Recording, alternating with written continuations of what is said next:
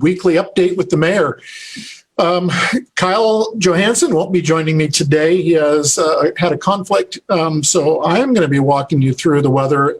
It's great outside. If you haven't been outside, 78 degrees is our high today.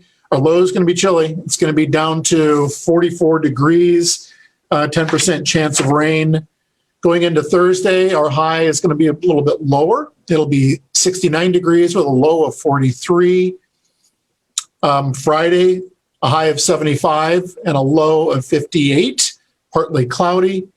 Into Saturday, it looks like we could expect some showers, about 60% precipitation, a high of 69 and the low of 57. Into Sunday, same thing, a high of 69, a low of 57, 80% chance of rain. So it looks like it might be a wet one come Sunday. Into Monday, 73 degrees.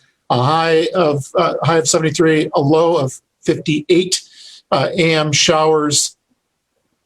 Tuesday, a high of 75 and a low of 54 degrees with partly cloudy skies and a 20% chance of rain. And then going into Wednesday of next week, 71 degrees is the high, the low is 48 with partly cloudy again and 20% chance of rain.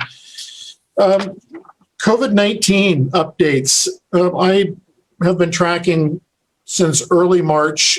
If we can get the graphic up on the screen.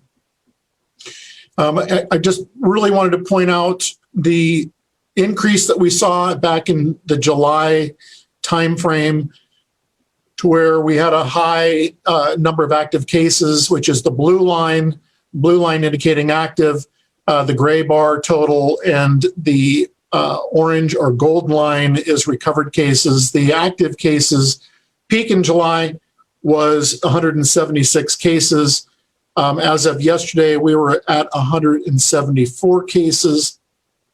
We'll also note the differences in the slope, the rise that we saw in July versus the rise that we've been experiencing since about August 27th.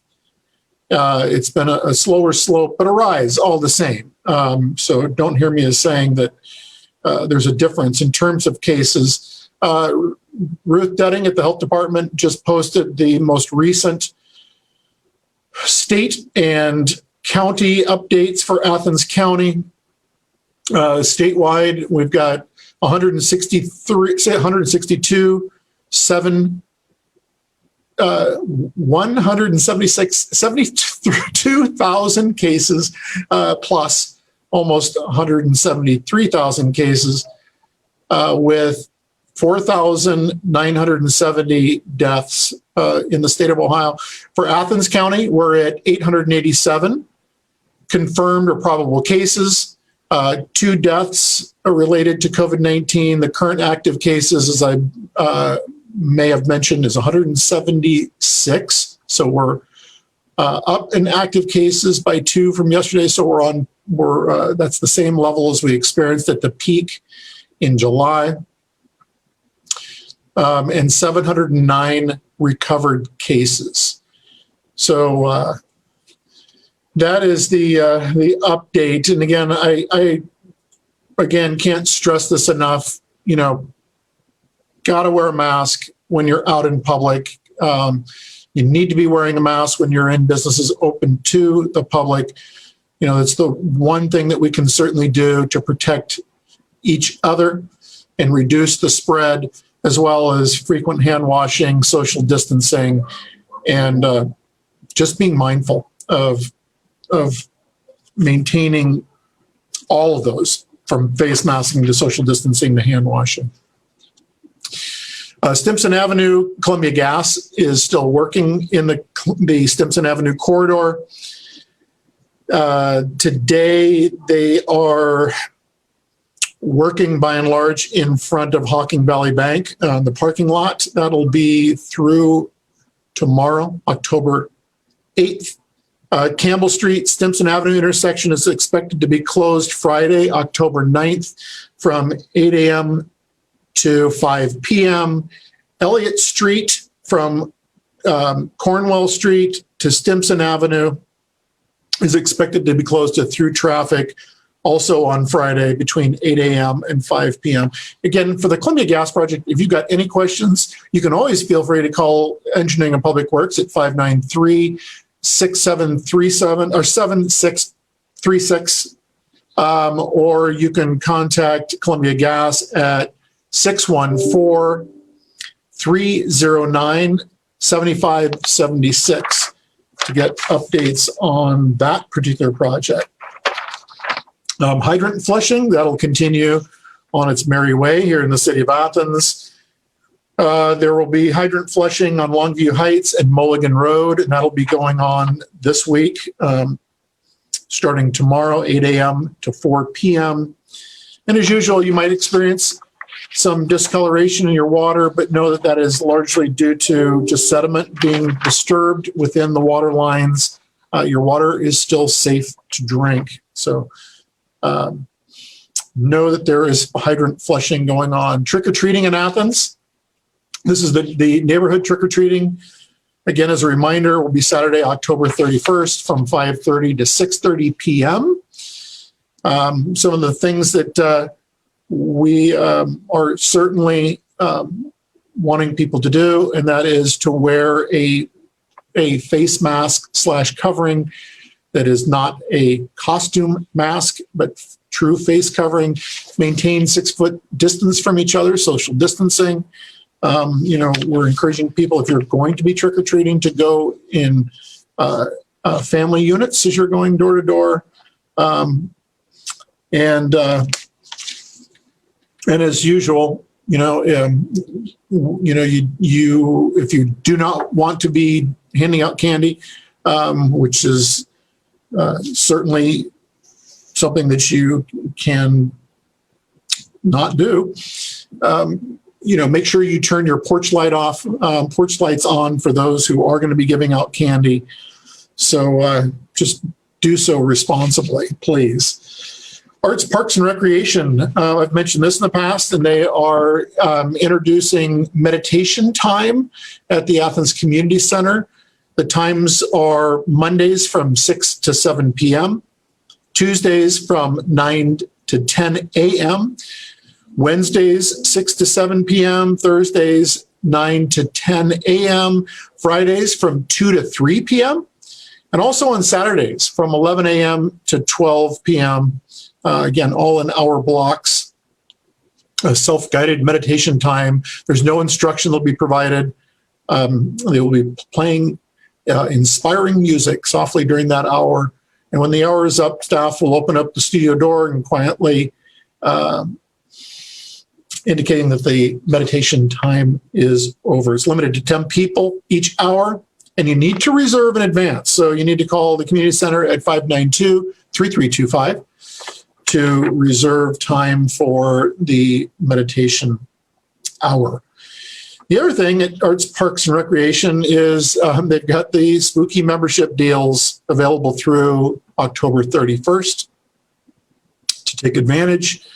You can either select the Trick package, which includes a month's membership for $25, or the Treat package, which includes 3 months membership for $60. And again, encouraging you to call the community center at 592-3325 or come down to the community center to renew a membership. Do it today. Other things, all things committees. Now, this is always something that we post on the city's website of upcoming meetings. All meetings are via Zoom. I know that Scott and Ryan at the government channel have been working feverishly on putting up all kinds of Zoom meetings. The ones that are coming up is the Athens City Sustainability Commission will meet today from 6 to 7 p.m. Again, I would go to the city's website at www.ci.athens.oh.us, and I'm sure that you will find the Zoom links there to watch the meetings or even be a part of the meetings, because these are open to the public. Shade Tree Commission is tomorrow evening. That will be from 7 to 8 p.m. Again, you can find that on the city's website. And then Athens City Council as is usual, the first through the fourth Mondays of every month, save their recess time, and things can certainly, we'll certainly see a change in the schedule as we move into the latter part of December. But their next meeting will be October 12th at 7 p.m. Again, as is usual. Another meeting is the Athens County Regional Planning Commission. That is tomorrow morning. That is from 8 a.m. to roughly 9 to 9:30 a.m. Some of the agenda items for the Athens County Regional Planning Commission are the US 50 corridor expansion project, electric aggregation, the Athens County Land Bank, age-friendly initiative, and we always tend to talk about the COVID-19 pandemic and things going on throughout our county as they pertain to the COVID-19 pandemic. I have a proclamation that I want to wrap out today's meeting with, or weekly update rather. Office of the Mayor proclamation. Whereas in 1920, the Ohio Lions joined the International Lions Club organization and adopted their projects and programs for helping local communities. And whereas local Lions clubs followed the wisdom of Lions, founder Melvin Jones, as he said, quote, "You don't get very far until you start doing things for others." That wisdom led to the Lions motto of "We serve." And whereas the Ohio Lions in 1925 provided the stage as they hosted the International Lions Convention in Sandusky for Helen Keller to challenge this organization to adopt vision and preventable blindness as their major platform. She asked them to become Knights of the Blind. And whereas men and women of the Athens Lions Club have served the Athens community and the world since 1946 and have adopted the Lions' new motto of "Where there's a need, there's a lion," as part of the world's largest service organization's humanitarian efforts.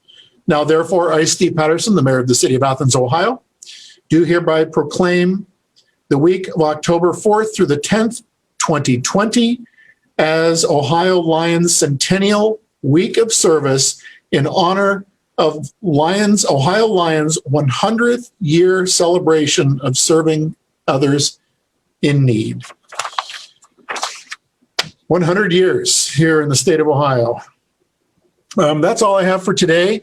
And so I really appreciate those of you who have tuned in for today's weekly update. And hopefully you'll tune in again next week for the next installment. And you know, maybe